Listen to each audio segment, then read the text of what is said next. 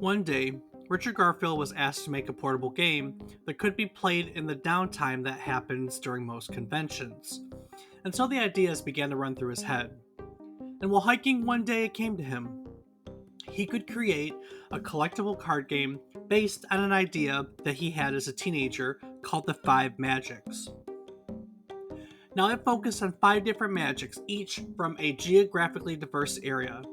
He presented this idea back to the person that asked, and it was an instant hit, later becoming Magic the Gathering, the world's first collectible card game. Today we're going to look at detail at the history of Magic the Gathering and talk about all the video games that it has inspired throughout the years.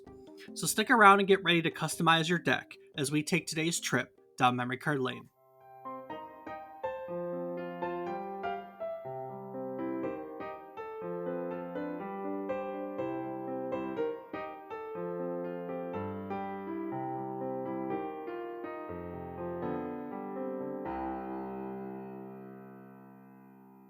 Good morning, good afternoon, and good evening. I hope these words find you well. Hello and welcome to the 137th episode of our video game history podcast, A Trip Down Memory Card Lane. Each week, we'll tell you the story about one topic relevant to the current week in gaming history. It can be about a game, console, person, technology, just something relevant to the current week. While doing so, we hope to teach you something new about the topic, what it took from the world as its inspiration, or what it gave back to the world as its legacy. Today, we're all going to learn about Magic the Gathering, the collectible card game, and all of the video games that it has inspired throughout the years.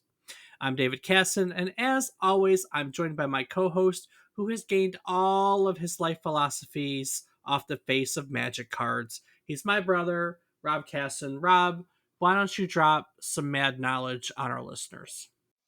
Well, you got to make sure that you have the energy or the mana to cast your spells in life. If you ain't got the power to back it up, then it ain't gonna do nothing. And you got to be wary of that summoning sickness. Okay. Did that come off a specific card? What's that? That knowledge. Is there a specific card that says, yo, you got to have the energy in life to make it through it? I mean, it's just the majority of cards, man. A lot of your cards you need energy to play. If That's you ain't deep. got the energy, what are you gonna do? That's very deep. I never knew Magic could be that deep. Damn straight, Dave. What you been playing this week? Well, Dave, pretty light week. It's been RuneScape, Rocket League, and Construction Simulator. Cool. Yeah, not a whole lot for me. How about yourself? I honestly can't remember the last time I played a video game. When's the last time we played a game? Did we play after recording last week? We sure did, so we at least have Rocket League for you. I don't think I've played a game since Rocket League this week. It's, Well, shit. I know, a very rare week for me.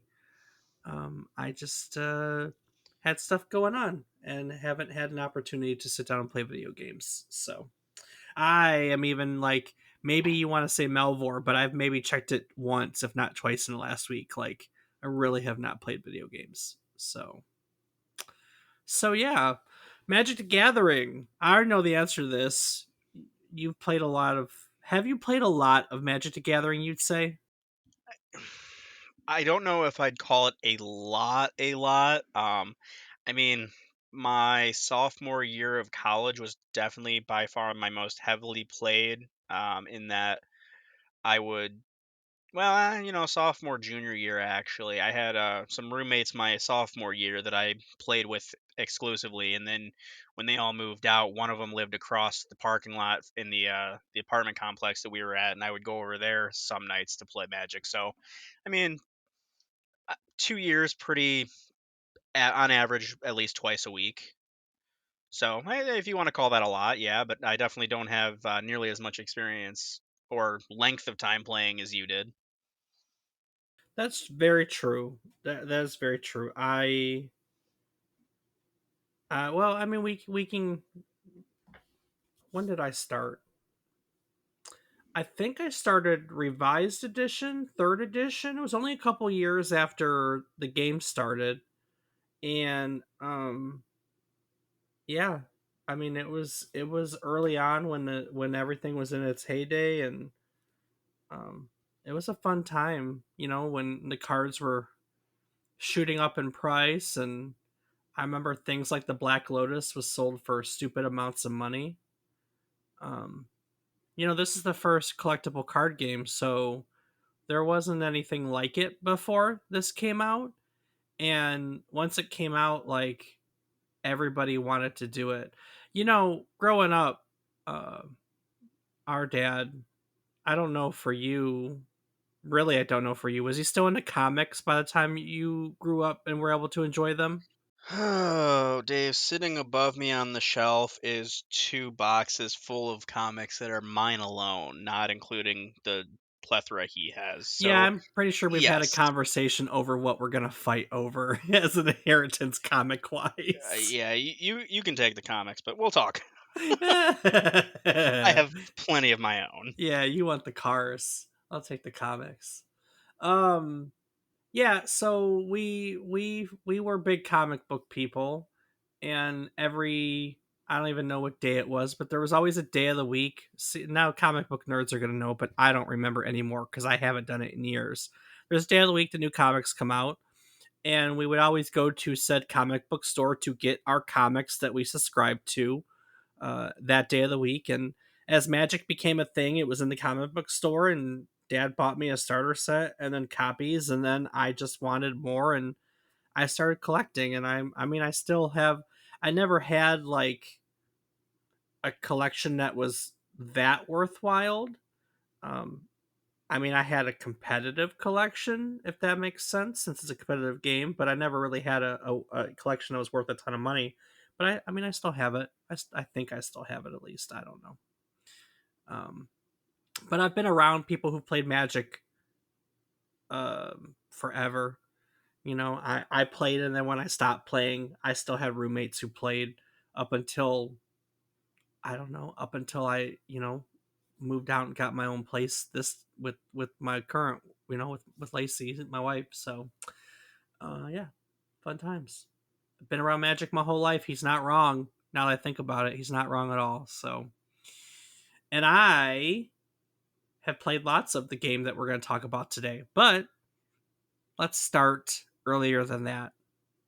So, Rob, Dave. Richard Garfield is the great great grandson of former United States President James A. Garfield. His Okay. uncle, his grand uncle, Samuel Fay, invented the paperclip. Interesting family line. Richard Garfield's father was an architect, and as a result, his childhood was spent in many different places throughout the world. Throughout this time, Richard showed an interest in puzzles and games. Many times, while they were staying in a foreign country like Bangladesh or Nepal, for example, Garfield did not speak the native tongue, you know, but he still managed to make friends through playing cards or throwing dice, and that continued to foster a lifelong interest in games. While abroad, he heard about the game that everybody heard about if you were a kid in the 70s, and that would be Dungeons and Dragons. So when his family came back to the United States and they settled in Oregon, he was about 12 when this happened. He went to purchase a copy, but surprisingly he had no luck. So he developed his own version of the game based on descriptions he had been read and what he told, which in hindsight was actually a game that was closer to Clue. His game ended up having players move from room to room fighting monsters with a fixed end goal. But eventually he did get his hands on the copy, and he was surprised to find that it was a more open game than he originally thought. And Dungeons and Dragons really changed things for Richard Garfield. It really opened his mind and his like foresight into what games could be. In a later interview, he said, "My reaction was a bit different than many of my peers. Rather than falling in love with Dungeons and Dragons, I fell in love with games in general. I began to seek out and play all sorts of new games, traditional games, war games, popular games, niche games, role playing games, and so on and so forth. When I found a game that I didn't immediately like, I would play it until I learned to appreciate what it did for its players. I studied game strategy books and game history books. I designed my own games, and I fantasized about being a game designer. So Dungeons and Dragons is what did it for Richard Garfield. So coming off of what he learned after playing Dungeons and Dragons, he began to toy around with the idea of a game called The Five Magics. It was a game based on five elemental magics from geographically diverse areas. But life moved on. Garfield grew up and he went away to college. In 1985, he received a Bachelor's of Science in Computer Mathematics. That same year, he started to plan the design of a game called Robo Rally. Now, Rubber Rally is now a board game in which 2 to 8 players assume control of controlled computers in a dangerous widget factory filled with moving, course altering conveyor belts, metal melting laser beams, bottomless pit crushers, and a variety of other obstacles. Using randomly dealt program cards, the controllers attempt to maneuver the robot to a pre designated number of checkpoints in a particular order. This is what it became. In 1985, though, he had really just started to tinker with this. So he got his Bachelor's of Science. After getting his bachelor's, he joined the University of Pennsylvania as a doctoral candidate in combinatorial mathematics. Now, during his doctoral candidacy, he took the Robo Rally idea and really began to refine it. He play tested it with local students. He took what he got back from the play test and he really started to make it a thing, you know? And as he was doing so, he began shopping around for a company to publish it. And this brought him to a company called Wizards of the Coast. Now, Wizards of the Coast had been founded by Peter Atkinson in 1990. It was named after a guild of wizards from a Dungeons and Dragons campaign that Atkinson had been playing with a group of friends. In the beginning, the company only published role playing games.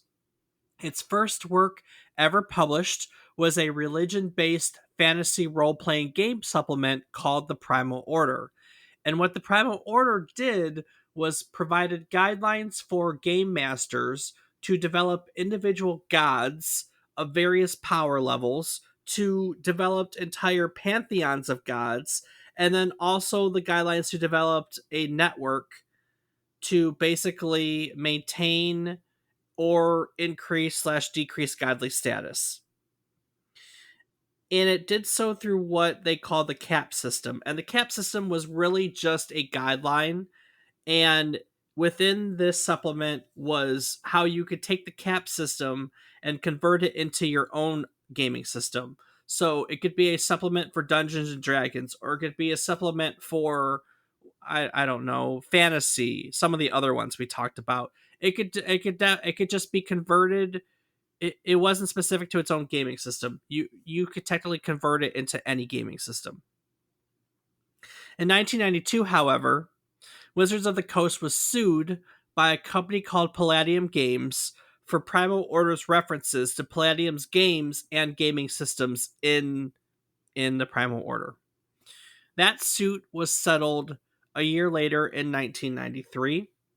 But in the midst of that going on, that whole legal battle, that's when Richard Garfield approached Wizards of the Coast with Robo Rally. But Atkinson felt that Robo Rally was way too complicated and way too expensive to produce. However, he really liked Richard Garfield, and he thought that Richard Garfield had some great ideas. And as part of their conversation, Atkinson told Garfield that he was currently looking for a portable game that could be played in the downtime that frequently occurs at gaming conventions. And so after their meeting, Richard Garfield really started to think about this conversation. Now, while out hiking one day, he said, an idea came to him that he could take his five magics concept and apply it to collectible color themed cards. so that each player could make their own customizable deck that would reflect their playstyle and their personality. So he came back and he took the idea back to Atkinson, and Atkinson immediately recognized the potential for a game that could be successful and expanded indefinitely with new cards, which was very different from pretty much any board game that was out there, right? Because you can't really expand most board games unless you get like, I mean, I know they have expansions, but it's a different concept. You know what I mean? I suppose, yeah. Atkinson immediately agreed to produce the game. In order to do so, because he was in the middle of that legal battle with Palladium Games, he helped Richard Garfield set up a corporation called Garfield Games. And this was in order to protect this concept from the legal battles that they were fighting with Palladium. So Garfield Games and Garfield himself, got to work creating Magic. It was called Magic at the time. And then the idea was that they were going to license the production and sale rights to Wizards of the Coast. And then once the suit was settled, and this is what did in fact happen, Garfield Games was shut down and the game was quote unquote sold to Wizards of the Coast, like full control of it. Okay. So Atkinson is laying the groundwork with Garfield Games. Wizards of the Coast is going through a legal battle, and Richard Garfield was actually creating the game. It took him about 6 months to develop an initial version of the game. The first version that he ever created used pre-existing copyrighted art. The cards were copied to paper, and they were given to volunteers at the local university to playtest the game. Now, he has said in later interviews that his two major influences as he worked through this the game period, let's call it the influences of the game, were one, a game called Cosmic Encounter.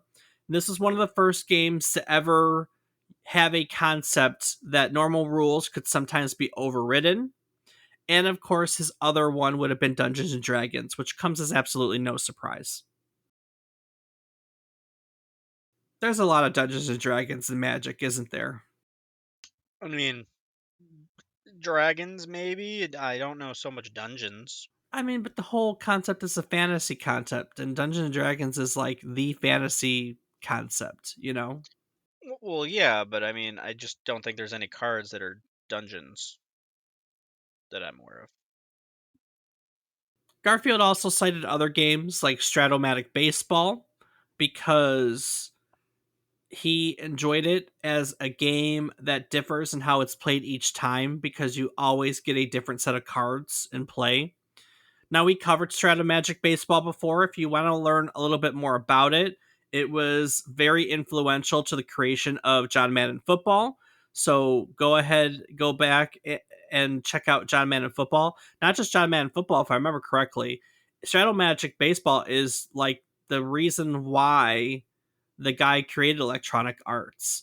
He was into Stratomatic. He wanted to do a football version game.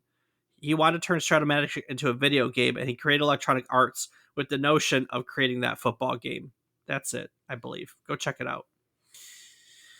At this point, everything just kind of kept on happening, right? Wizards of the Coast is pushing through the legal battle. Garfield kept the design phase going on what was known at the time as Magic.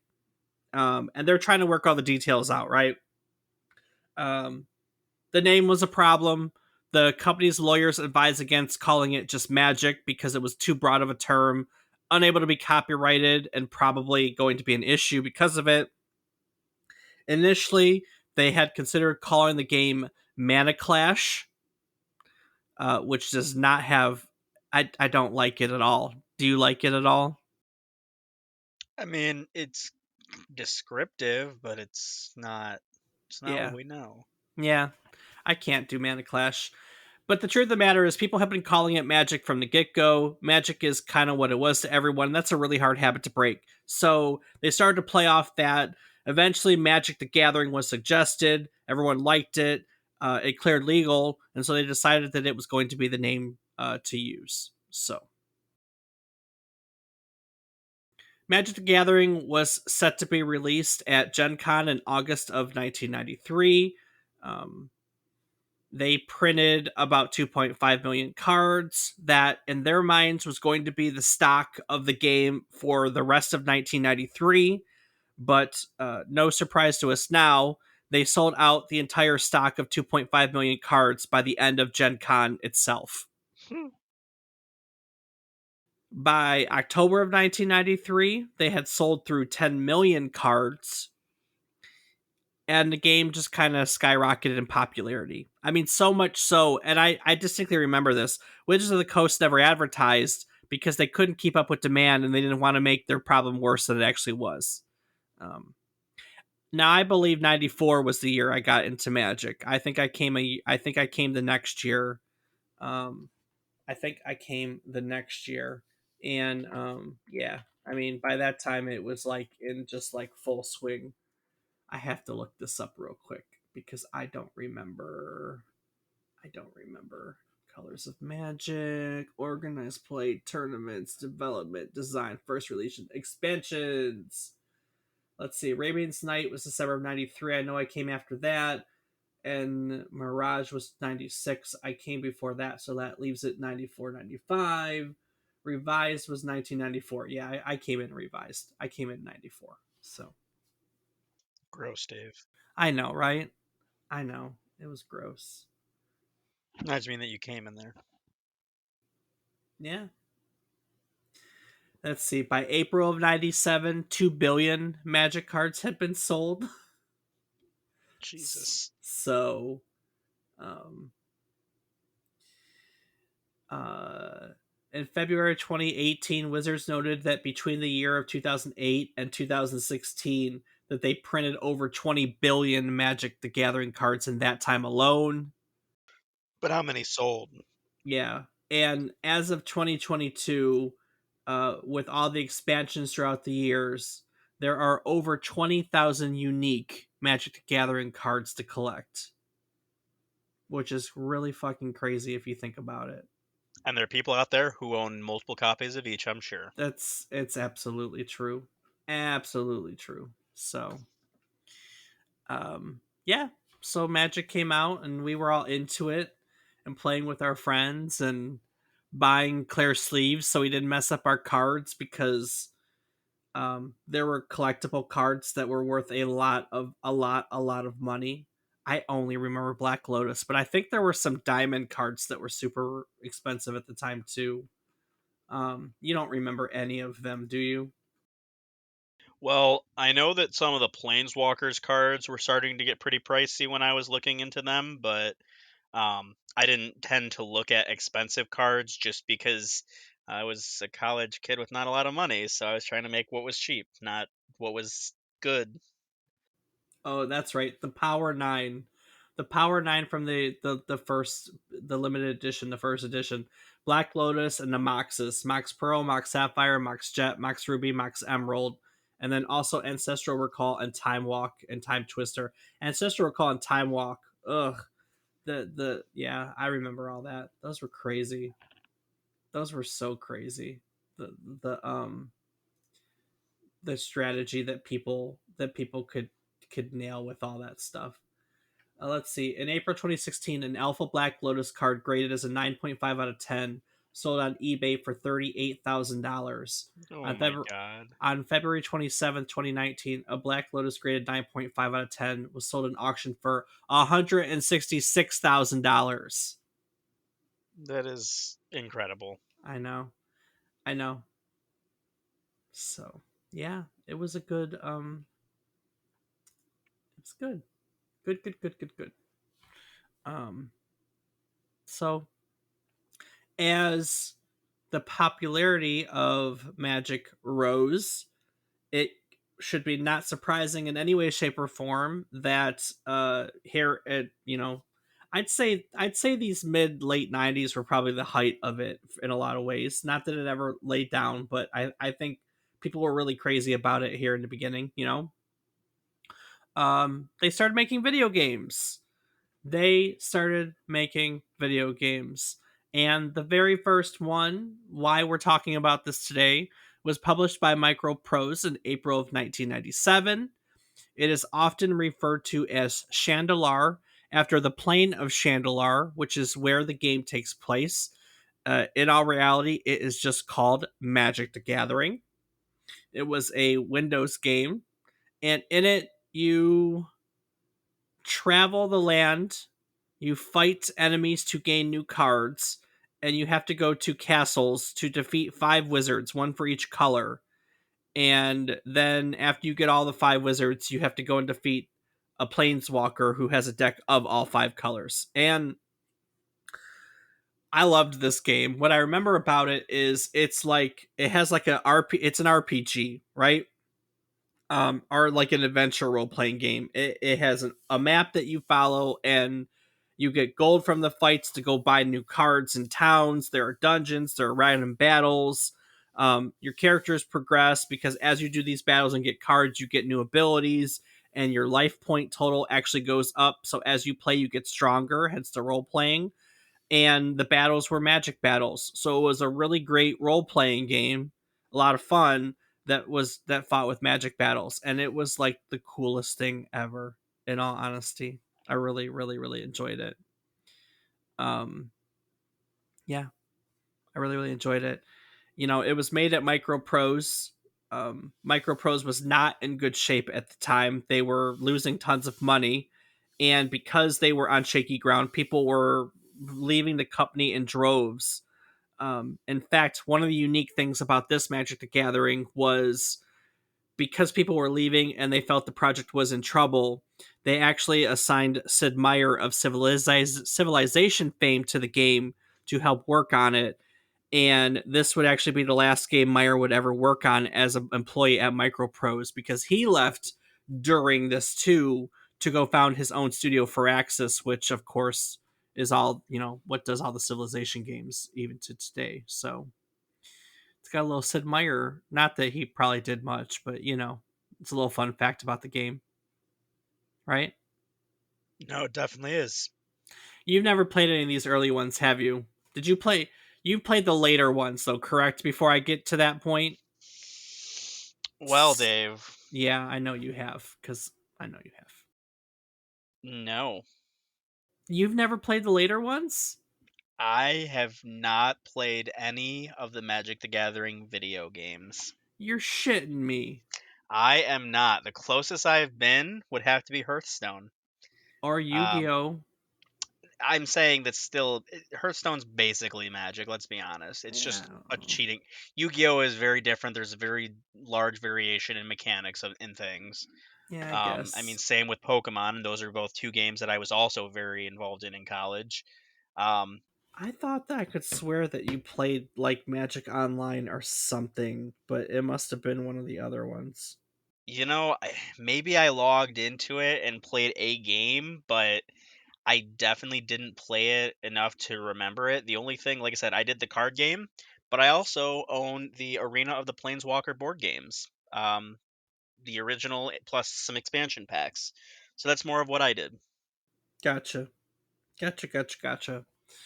Yeah, I mean, this was really cool, mostly for that single player app campaign. You would just click your mouse to move across the plains, and if you got into a battle, you'd have a card battle and get gold, go to a town, get each town was in a specific, like in the mountains would be red cards, and in the swamps would be black cards, and in the forest would be green cards. So they stuck with the theme of being geographically diverse, which was super cool.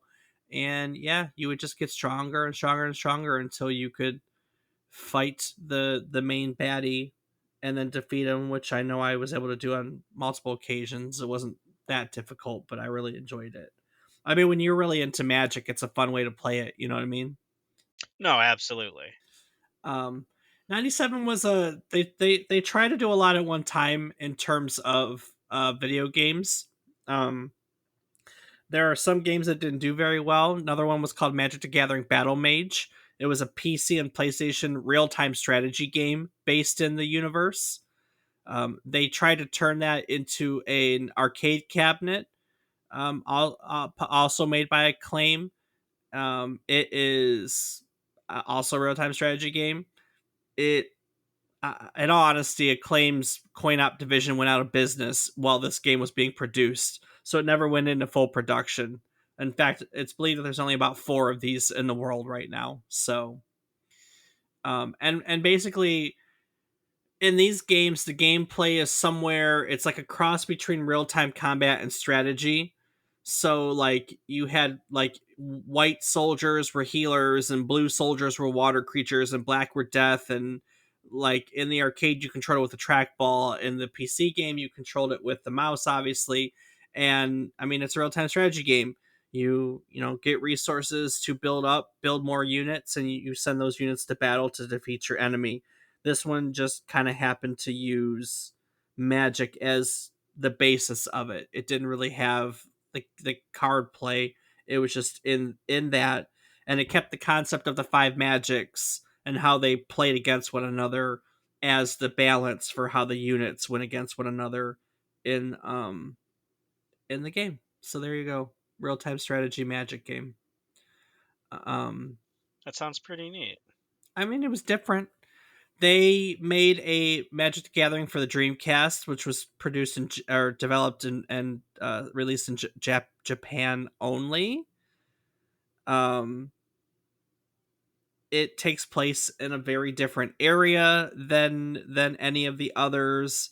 It includes cards from like the sixth edition, some of the expansions like Alliances and Tempest. It also had some cards that were unique to it, because their mechanics worked better as a video game and would be really difficult to implement in real life. So there's some unique things to it, but it's pretty much just another card based game. Because they were working their way to that kind of stuff, which really brings us to the next one, which is the one I could swear you played, which is Magic the Gathering Online. Now, Magic the Gathering Online was released in June of 2002, and it's still operational today. And essentially, it is literally the collectible card game, but it's online. You buy virtual currency. You use that currency to buy booster packs and make your decks, and it is everything that the real game is in real life, but it's set in its own economy online.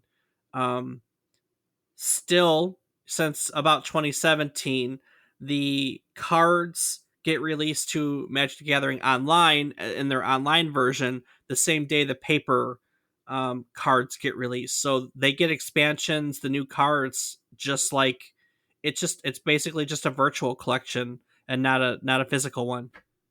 Yeah, no, I definitely understand.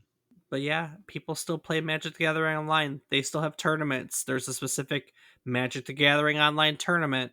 It is a collectible card game that just doesn't have physical cards. Just like, I mean, that's what Hearthstone is, since you brought it up. Yeah, do you know what platform that would have been on? So it's a Windows thing, and they use their own client to log into. So my guess is you could probably get it through like Steam, but then like it probably loads up to its own client, because that's how they control. I mean, you always have to be careful when you have stuff like that, like collectibles, you know. So Very true.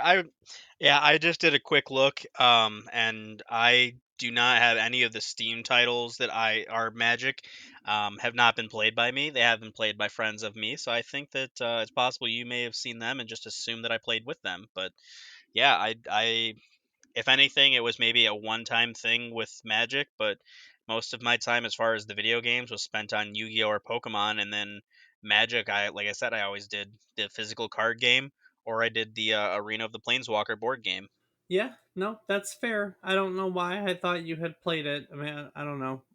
Maybe I was just paying attention to the other card games. It's a So fair assumption to make. I mean, I play a lot of card games. It's shocking that I haven't played any of them, but it's just this was something that I really did enjoy doing more physical because that's how I got into it was playing with the cards. Whereas, Yu-Gi-Oh and Pokemon, grew up watching the cartoons. It's not like they had a Magic the Gathering cartoon where I could watch it on there and be like, oh, this is so cool. Like I want to play video games of it and be more like them. It was, hey, this is something that I'm gonna grab some beer with my roommates and has play card games, throw pizza boxes at each other. I mean, hey, that's how it was. So, um, yeah, I mean, it is kind of surprising I'd never played the video games, but um, surprisingly, yeah, I just haven't. Um, yeah, I don't know. I always got into it. I never got into it later. Like I have cards and I've played later, but like now they have Commander as a format. And this year they came out with a new format called Oathbreaker, which I have no clue what that is. I only read about that when I was doing my research for this. I had friends that played Commander when it came out, and I've played a few games of Commander with their decks. Be like, hey, come try this. This is so cool. But I can't. I don't know.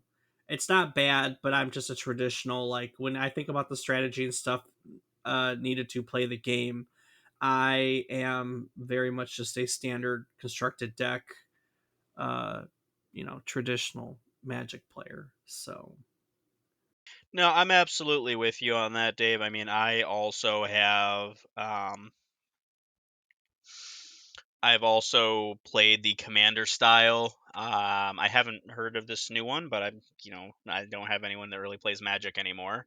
Um, so Commander, I did try a couple games. I have a Commander deck, and much like you, it wasn't the same to me. I preferred the strategic battles you had to have with the original, and you know, nothing takes me back to my roommate in college, Greg. He was very into Magic. He would build decks. That's all he would do. Probably would have been fun to take up against you because this guy built some nasty decks. Like I remember that there was one that, if I remember correctly, was built around Eldrazi, but the whole purpose was to use the door to nothingness. Do you know that one, Dave? I don't. What does Door to Nothingness So do? the door to nothingness requires two of every mana type, and when tapped, you sacrifice that card, and target player loses the game. That Yeah. sounds So broken. Eldrazi, you could create based when you tap them, they would create a mana of your choosing. So he would just have a bunch of Eldrazi because they're colorless and you can get them out with any mana. Um, if I might be remembering that incorrectly, but I know that Eldrazi was one deck that he did, but it was the whole deck for the Door of Nothingness would literally be to create the mana and then boom, you just hey you tap this card, you lose the game. So um, things like that, or he had decks that would be these creatures can't be destroyed. So he would literally just start summoning any kind of creature and keep coming out and just an army of things to tap and defend with. So you couldn't deal damage to him. Had cards that this target player can't be damaged, target player can't lose the game. Yes, literally a card that said cannot lose the game.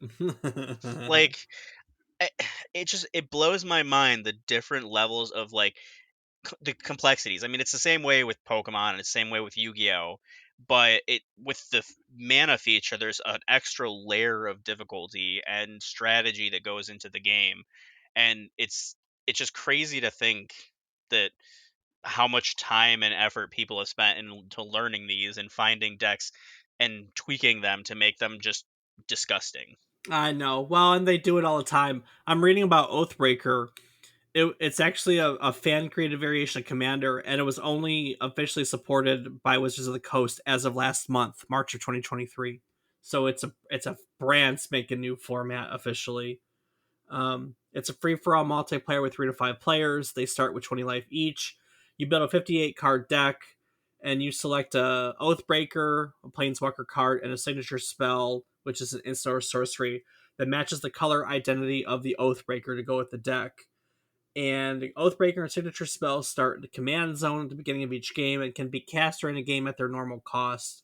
It's a quicker format because each player only starts with 20 life. So, I don't know. It sounds like a lower life variation of Commander, but I'm sure there's more complexity to it because you don't just have a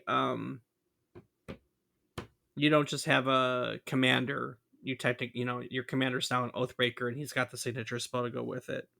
So anyway, still on to video games.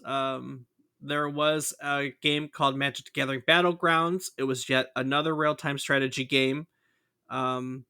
It was kind of different than the card game itself. The game had heroes and mages that could summon forth powerful monsters, spells, and abilities. Duelists would learn new magical spells by completing the campaign, and as you beat things, you got better spell books. Um, Basically, it's real time combat, and the duelists, like, the way they fight is you pre-create these spell books to duke it out. So it's not really card play. It's like the early ones with real time strategy, where like you control your units, you send in a battle, but you get to control the spells that they cast by giving them these pre-made spell books. So it's kind of this weird blend between the two, if that makes sense. So um and that brings us to the one I played, which is Magic the Gathering Duels of the Planeswalkers. It was This one came out in 2009, first for the 360, then eventually for Windows and PS3. I have I have it for Windows. It follows the standard rules of magic. Good lord. It was developed as an arcade game, and it really simplifies the game so that new players can be introduced to Magic. You don't have any deck construction. Instead, you have access to a limited number of pre-made decks, and as you play and win in the campaign mode against computer opponents, you get to unlock new decks and eventually cards that could be inserted into said pre-made decks. It also had a challenge mode, which was a puzzle mode where it would put you in a certain situation and put the board in front of you, and you had to figure out how to get out of it, which was kind of cool, actually. So, and this very much became a yearly thing. In June of 2011, there was Magic the Gathering Duels of Planewalkers 2012, which just had some expansions. Brought the total number of decks up to 19 with it and its expansions. In June of 2012, you got Duels of the Walkers 2013. This one had some kind of cool stuff. It had 4 different campaigns to it. There was an initial campaign. There was a quote unquote revenge campaign based on that. There was a challenge campaign, and then there was a like plane chase mode, which was where you got to fight against groups of 3 opponents, basically. So there were all these different campaigns that they brought to the game, so that was a change. In June of 2013, you got Duels of the Planewalker 2014, which now, finally, what we on 4 versions into it, had a feature that they touted called Sealed Play, which allowed players to open virtual booster packs and build their own decks, which could be used in the campaign and multiplayer. AKA, 2014's what? Proliferation of microtransaction time? They probably turned it into microtransactions, you know what I mean? As is the case with any TCG online now. Right, I yeah. mean, I've multiple Yu-Gi-Oh ones that I've played, and there's a Pokemon one as well that it's the same way. You buy the booster packs, or you can earn in-game currency by playing and unlocking things. But if you want to build the best decks, you obviously got to spend a little cash. And the next year, July 2014, you got Duels of the Planewalker 2015. Now you could actually create custom decks. Huzzah! As games were won, and you would earn experience, which would let you purchase new cards that you could add to your decks. You could also purchase virtual booster packs, again, to get more cards to build your own decks. So finally, by 2015 version, you could create your own decks. Yay! Woohoo!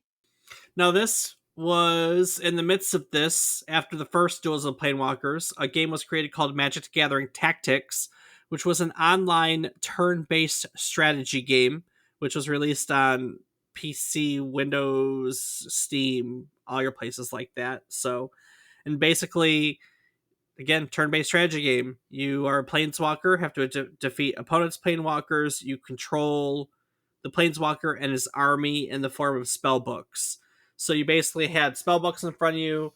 They were meant to visually represent the planeswalker and his army, and you could change your decks, your cards in and out of your spell books to change the strategy of the game, just like the other one. So basically, they took the card building out, but they took the card building out, but still create left the strategy is what I'm trying to say by creating spell books.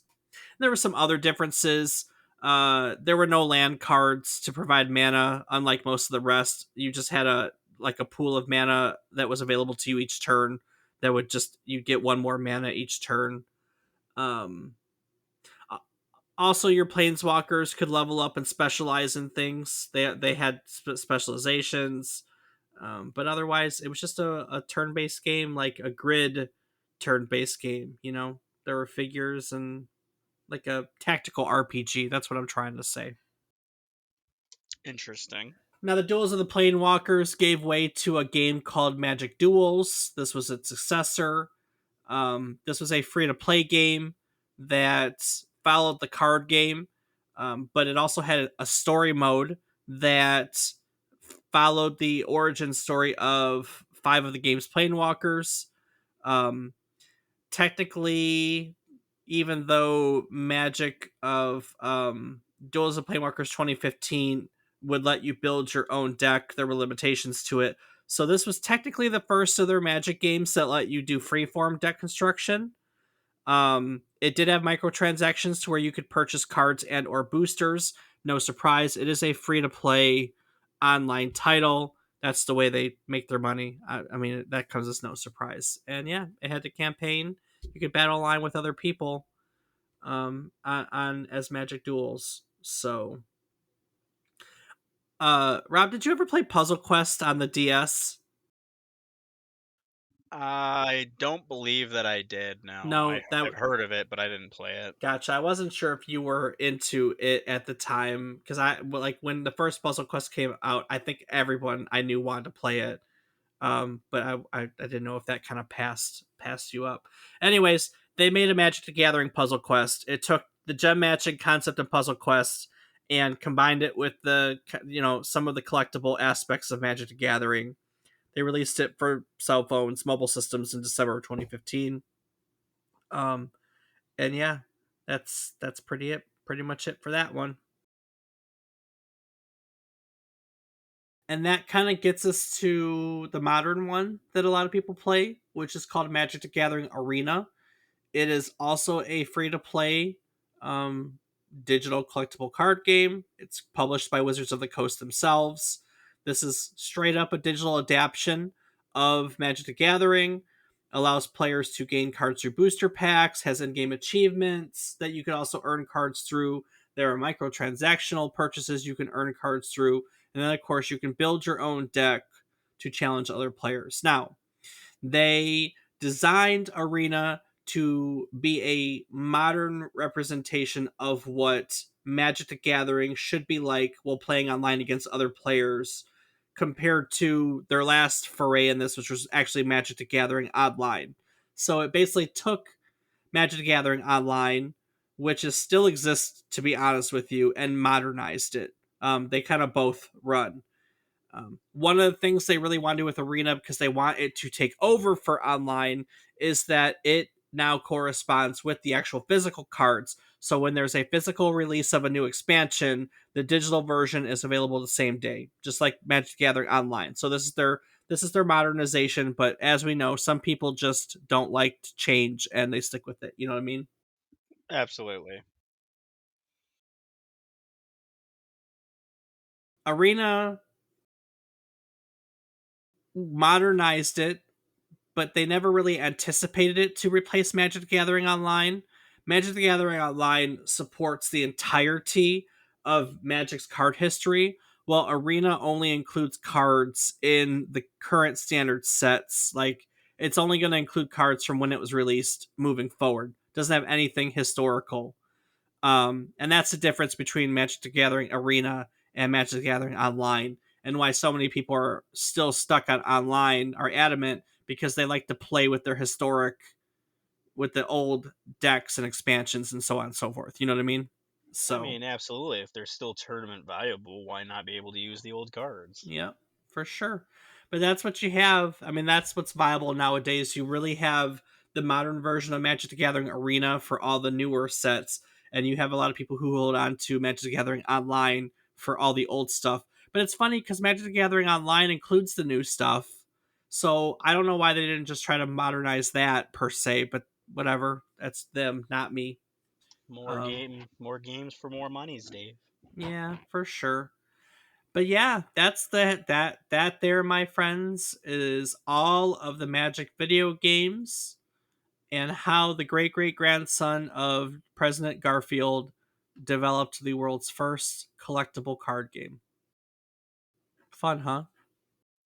It is definitely quite the story. Never would have guessed that Magic had anything to do with presidency. I mean, it doesn't, but it's still cool. I never knew that he was related to President Garfield. It's just like you hear names and you don't think about it, right? You would hear the name Richard Garfield, and your first thought wouldn't be, "I wonder if he's related to President Garfield." That's just not. No, not at all. So to find out he actually was kind of cool. Uh, yeah, that's Magic. I really like Magic. I don't play it anymore, but this almost made me want to like log into Magic Arena and play some games. But as we all know, I didn't play any video games this week at all. At all. Okay, good talk. I mean, what do you want me to say to that, Dave? You didn't play any video games at all. Thank you. I appreciate you recognizing that I have a problem. How are we gonna fix it? I don't want. I'm not gonna fix it. I don't have time. So I was gonna say you gotta have time to fix things to be able to play games, and then we're just getting back to the root cause of the problem. yeah. So one of the influences for Magic the Gathering was Stratomatic Baseball, and as we said, Stratomatic Baseball was very much part of the creation of John Madden Football, which of course we did an episode on.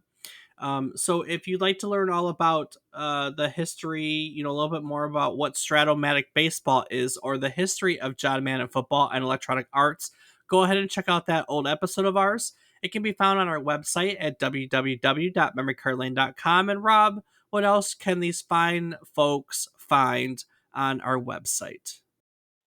Well, Dave, on our website, a calendar of both past and future episodes can be found, so you can either go listen to some of those older ones, like the one on John Madden football, or future episodes that we have coming up. Maybe come see what we're talking about in coming weeks and provide a little bit of insight and your own little personal story about said game. You can find some little blurbs about Dave and I to learn a little bit more about us. You can find links to our social media, such as me, who can be found on Twitch and Twitter as Rob underscore the letter O underscore Raptor, Raptor. Rob O Raptor. And Dave, Rob O. Raptor. what about you, Dave? Where can people find you? I can be found on various platforms as David is wrong underscore underscore David underscore is underscore wrong. And that's about that. That's Magic. Lots of fun. Play with your cards, or don't play with your cards and then sell them for insane amounts of money. It's really up to you. I don't know. What do you want to do?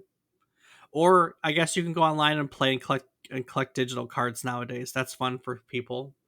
I don't know why you would collect digital anything, but hey, people are doing it. That's the concept of NFTs and stuff. It's You kind of know, becoming a the thing. the only viable argument I can see for buying these online, and this is coming from someone who's done it, is that it requires a lot less physical space. I agree. That is one thing about it. And Oh, I think that I think that people would be much more inclined to um would be much more inclined to buy into the concept of digital stuff if there wasn't such a problem with licensing, right? Because you hear horror stories all the time of I bought this game, but you don't actually buy the game like you physically own it. You buy a license to use it in that form, and then at some point that license gets taken away in the form of like the game servers get taken down, or the service you bought it from gets taken down, or something where people lose access to the way they. You have to think about it. It's not that you bought the game, it's that you bought the game, you bought the ability to play the game in the way that you're buying. Does that make sense? Yeah, you buy a license to play the game. You don't buy the game itself. And Yeah. the publisher or developer or whomever at any time and point can pull said license. And although a lot of the times it doesn't happen until 20, 30, maybe 5, 10 years in reality, it's a very common thing. Yeah. It's why certain games, if it's something that you truly enjoy and you never want to let go of, you may have bought it digitally to start with, but consider picking up a physical copy. Well, and maybe, but that's even the problem. Like online services are such a thing that even physical copies don't guarantee. In fact, most games nowadays, let's be honest, when you pop the disc in, it pretty much not just downloads most of the game from the internet. I don't even know what's on discs anymore. So The I don't. disc is your license Well, that's in true. those No. cases. It's literally just a code to say, Yeah. hey, this person can access this content. Yeah, it's crazy. It's crazy. And I know on one hand NFTs were seen as a solution, like because when you buy something as an NFT, you tangibly own it. It's unique, it's yours. But that doesn't solve the problem for like people like us that are enjoy video game nostalgia, where 20 years from now we may not have access to a game we like because of this concept of way online services and games are created nowadays. But that's neither here nor there. That's neither here nor there. Rob, each week, we'll tell you and our listeners a story about one topic relevant to the current week in gaming history. It can be about a video game, can be about a video game console, can be about a person who makes video games, it can be about a technology or a place. It just has to be something relevant to video game history. This week, of course, we've been talking about Magic the Gathering as a collectible card game and as video games. You know, one of the best parts about getting to do this podcast is that as we research for each episode, we learn. To teach is to learn. Never forget that. Teachers learn every day too.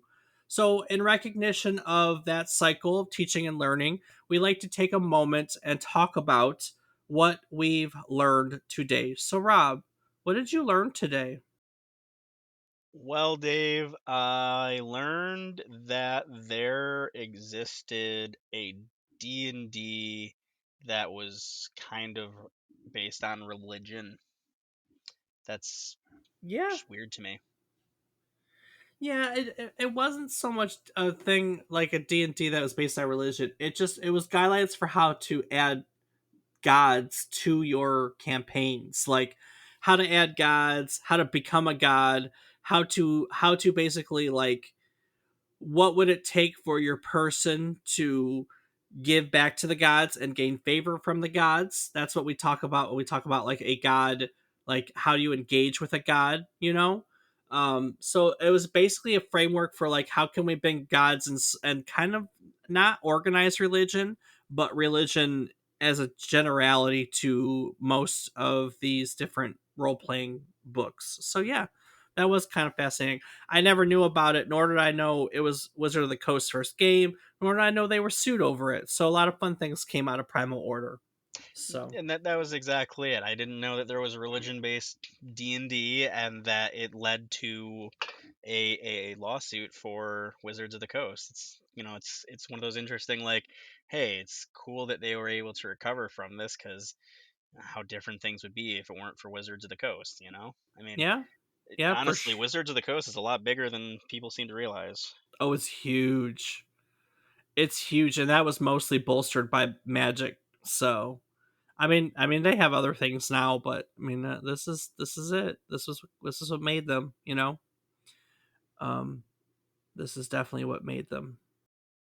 Definitely. And what about yourself, Dave? What was your big takeaway from this? episode. I never knew that Richard Garfield made other games. I didn't really talk about him, for sake of time, but he's made other games after Magic, and I never knew about Robo Rally. That was fascinating to learn about. And I never heard of like his how Magic was an early concept called the five magics that he essentially started thinking about as a teenager, and it just hung with him. And when he was asked by Richard Atkinson to be like, "Hey, I'm looking for a really like simple collectible game that people can sit down and play really quickly," and he's like, "Ding, ding, ding, ding. What about taking cards and combining it with this concept of five magics?" And away you go. We later have Magic the Gathering, so it was kind of fascinating how he got there. No doubt. Um, that's the first time I've ever looked into the history of Magic. I've been playing it. I've been playing it since 1994. Maybe not off and on, but once in a blue moon, once every other year or so at this point in my life. But I'm still playing it, right? And I never knew at all where it came from, so that's kind of cool. Yeah, Definitely. No, it's always interesting to learn and take a deeper dive into something that you had for so long, because it was joy at the time, and you just never really thought, well, how did this come to be? You just knew, hey, this is fun, I'm enjoying this, and enjoyed it. But then to be able to take a step back and say, well, how did this come to be? It's it's what we do here. that is what We we do. we allow you to learn the history of some of your most beloved and some of the most hated games. Yeah, yeah, yeah. All right, Rob. Well, before we take it out of here, is there anything that you would like to add to the conversation today? As always, Dave, I just want to take one quick moment to say thank you so much to everyone for listening.